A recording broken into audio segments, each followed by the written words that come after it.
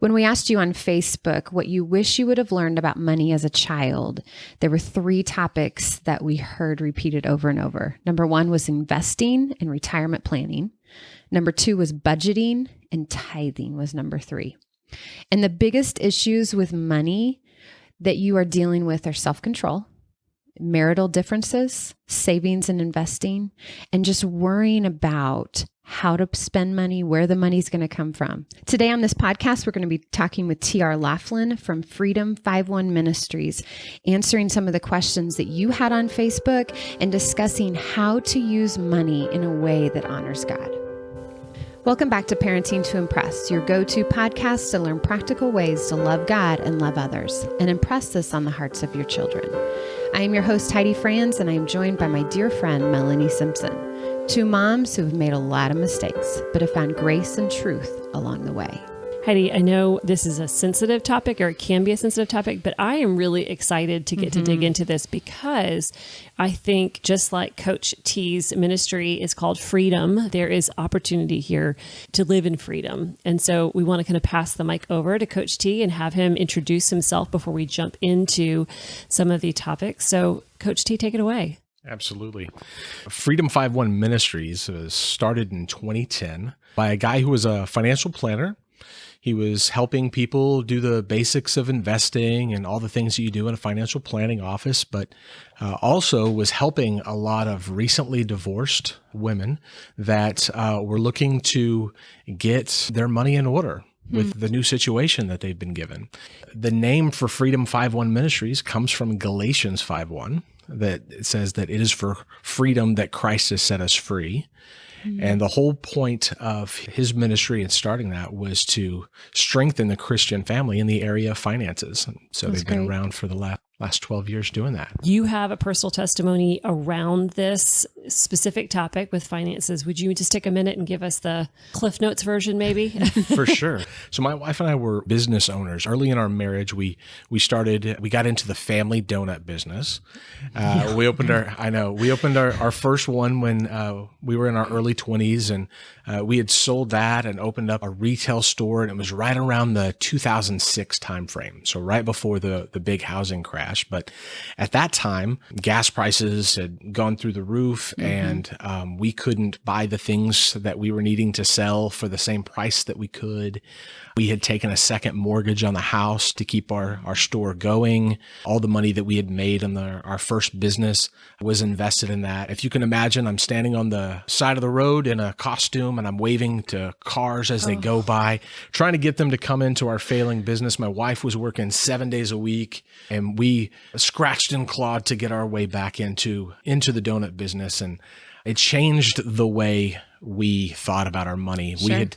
We had both grown up in hardworking families, but nobody had really taught us how to manage our money. Wow. We didn't really know how to plan or think long term. And here we are in our mid-20s and had already owned a couple of businesses, and we're just now figuring it out.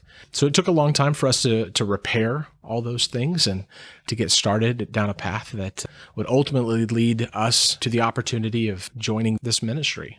I love what you said, TR. No one taught us how to manage finances. So this isn't something that we just figure out on our own. This is something that we can actually teach and prepare kids how to do. Absolutely. We would say the enemy has found a way into the Christian home through the back door of personal finances. And because of that, we see 3 big things that are happening. One of the things that we see is that missionaries are going severely underfunded. Average Christian giving is 1% to 3%, depending on where you live. Missionaries themselves are going underfunded because the family unit is being attacked in this way. So one of the leading causes of divorce is conflict, usually around finances. And so marriages are heavily affected. And then because it's such a sensitive and hard topic that families are struggling with, they're also not teaching the next generation how to be generous stewards. because they themselves are struggling. I think you hit on something so important. Because we're not teaching the next generation, because we don't know as adults ourselves how to handle finances, we don't have the freedom, or we don't feel like we have the freedom to tithe, to give, to be stewards with our money. Would you agree? Absolutely. And I would say that one of the byproducts of the guilt and shame that comes with some of the areas of finances, like, you're supposed to be saving, or you're supposed to be giving, but maybe you're not living up to what your giving goals are or your investing goals are. One of the byproducts is avoidance. So you just don't pay attention on a monthly basis, on a regular basis. You don't have those conversations between you and your spouse, because it then brings all the guilt and shame. Well, and it creates conflict. And then you're definitely not going to share with your kids what you don't feel confident with. Yeah, I was going to say, when you are burdened with shame and guilt over how you're handling something, that you're certainly going to feel ill-equipped to then turn and talk to your kids about it, or you feel like a hypocrite, right. And you're going to be like, hey, I know Dad and I are really failing in this area, but let me tell you how you should do it. When in reality, that's actually wisdom, right? To say, we acknowledge that we're not doing well. We are going to try to do better, but also this is how you can avoid being in the spot we're in now. I love that. So basically what I'm hearing is we've got a crazy cycle going on, and we've got to figure out, how do we stop that crazy cycle? So you hit on 3 areas: marriage, kids, and missionary. I'm going to consider that the giving portion. So let's just hit on the marriage. We know from what we saw on Facebook, there are a lot of emotions that come along when you tie the word finances and marriage. And I know in your ministry, you work with a lot of couples. What are you seeing? And then we're going to talk about, how are you helping them? When we talk about finances, our minds immediately go to the math. Right. We go to the spreadsheets, what does that look like? But in reality, only 20% of finances are knowledge. About 80% of your personal finances have to do with behavior. And so when we're talking with a couple, now we've got 2 different behaviors when it comes to their money, and we have to make sure and get those on the same page, especially when they're just starting off. Let me tell you a story about a couple that came in. The husband reached out to me, said, hey, I want to sit down with you. I've got some questions about my money. And so I had him fill out a prep packet. And he said, well, I don't want to go through the whole coaching process, but I just want you to take a look at my stuff. I said, well, okay, let's just do that. And he goes, well, but my wife doesn't want to come. I said, well, that's fine. You just come on in. Well, so they show up for their appointment. The wife came. He's holding on to his paperwork. He's got it kind of clenched in his hand. We sit down and we start diving into his numbers and kind of peeling back the onion a little bit, getting down to root cause of what's causing him some stress, some anxiety. The way that they've done their finances, he's 74 years old. She's 65. She's looking to retire. He's been retired for a long time. They live on his pension, and the money that she brings in, she keeps completely separate. That's not necessarily the issue that brought him in. As a 74-year-old man, one of his best friends just passed away, same age as him. And he's worried that his wife is not going to know how all the finances work in their family if something was to happen to him. Absolutely.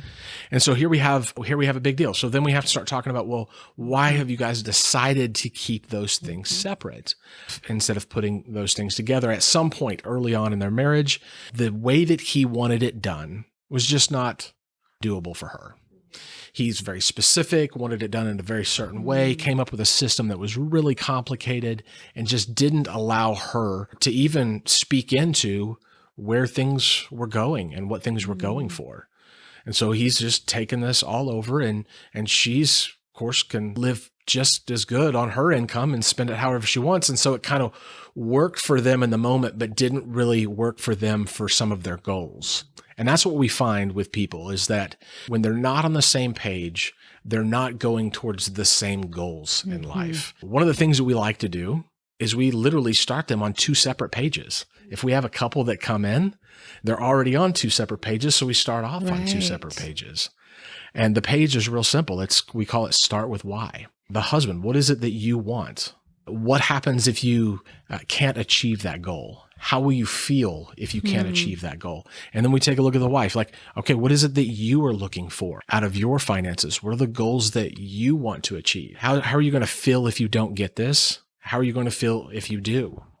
And then we always like to end it with something that's fun. Like, what is one thing that you really respect about your partner that is that's in the area of their financial management? We've heard from so many women that they and their husbands are on completely different tracks. Is there a chance that a husband and wife can come together on finances? Or is there no hope that this will ever happen? No, there absolutely is. We've seen big changes happen when we start on separate pages and then we can come together. We start with why. On our second session, we're really spending a lot of time helping them put the numbers on paper and develop a system that's going to work for their family. It's not a my way and your way. It's now an our way. I love that. The numbers, they just are what they are. We don't have to say, well, you're spending too much here. You're not spending enough there. I want to spend this and I want to spend that. We go through and we put the numbers that are reality. What does our current spending look like? We even project that out for a yearly basis. And this helps to get them kind of us against the numbers versus me against them. Another thing that we do is there's actually a lot of people think that there's really just two personalities for money. There's spenders and savers. That's kind of the easy breakdown. Sure. But there's actually 6 common personalities that we're looking for. And so Interesting. We do a little habitudes test, to find out what a person's money habitudes are. And it is a self-assessment. It's just kind of finding how they think. But you might find a person is a spender, but they really are a planner. So for instance, they know that something is coming up.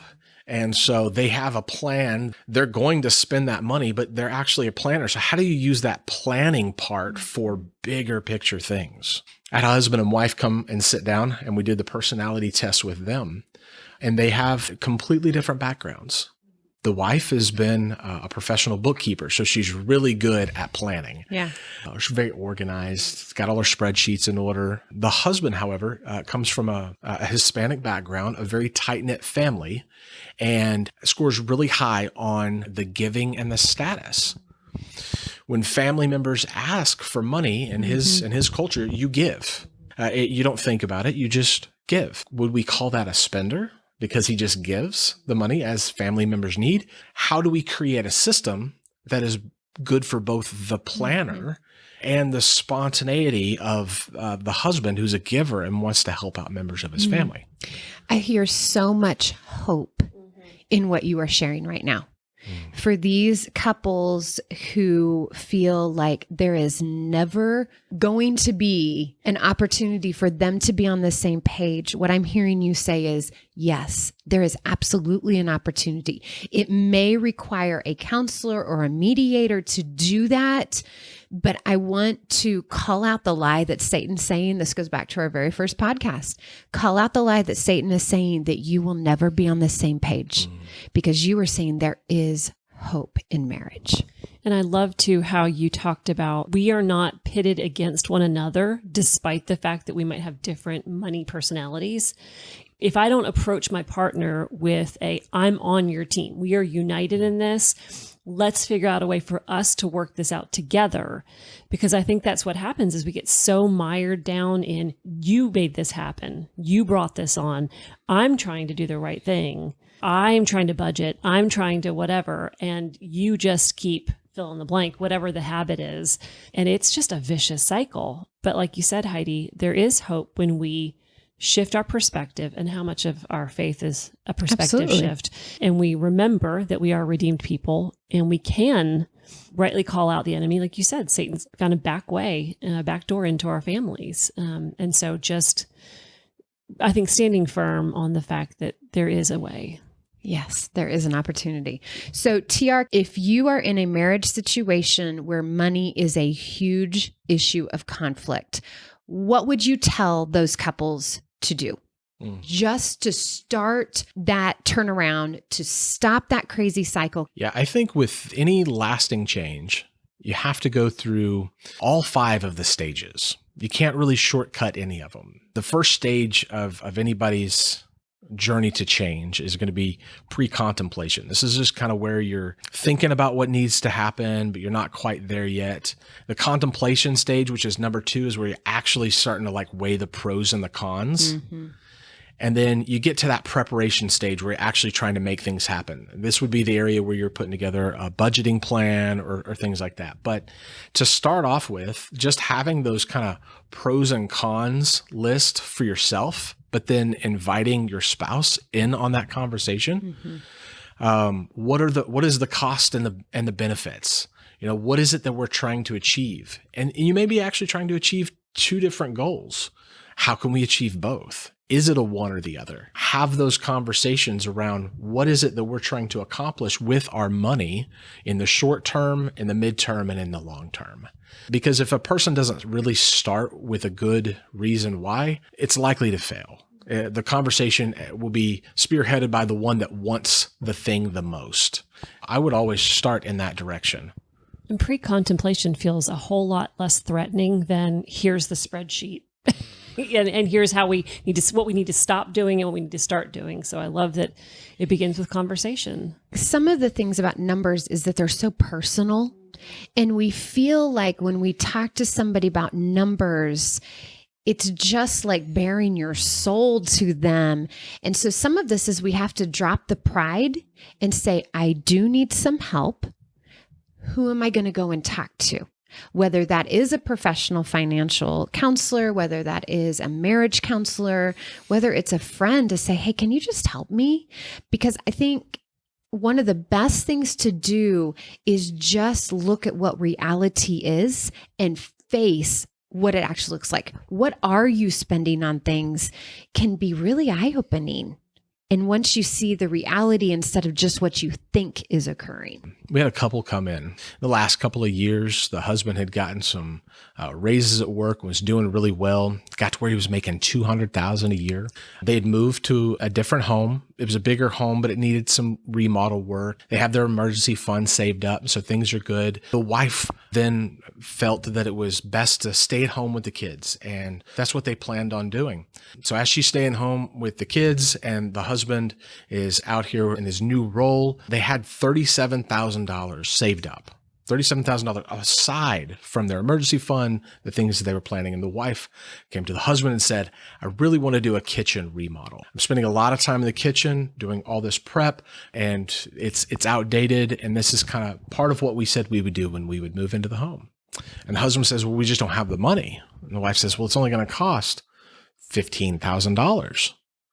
And so they came in and they were talking with us because they couldn't reconcile how we didn't have the money. Well, we have 37,000 and it's only going to cost 15. We have the money, right?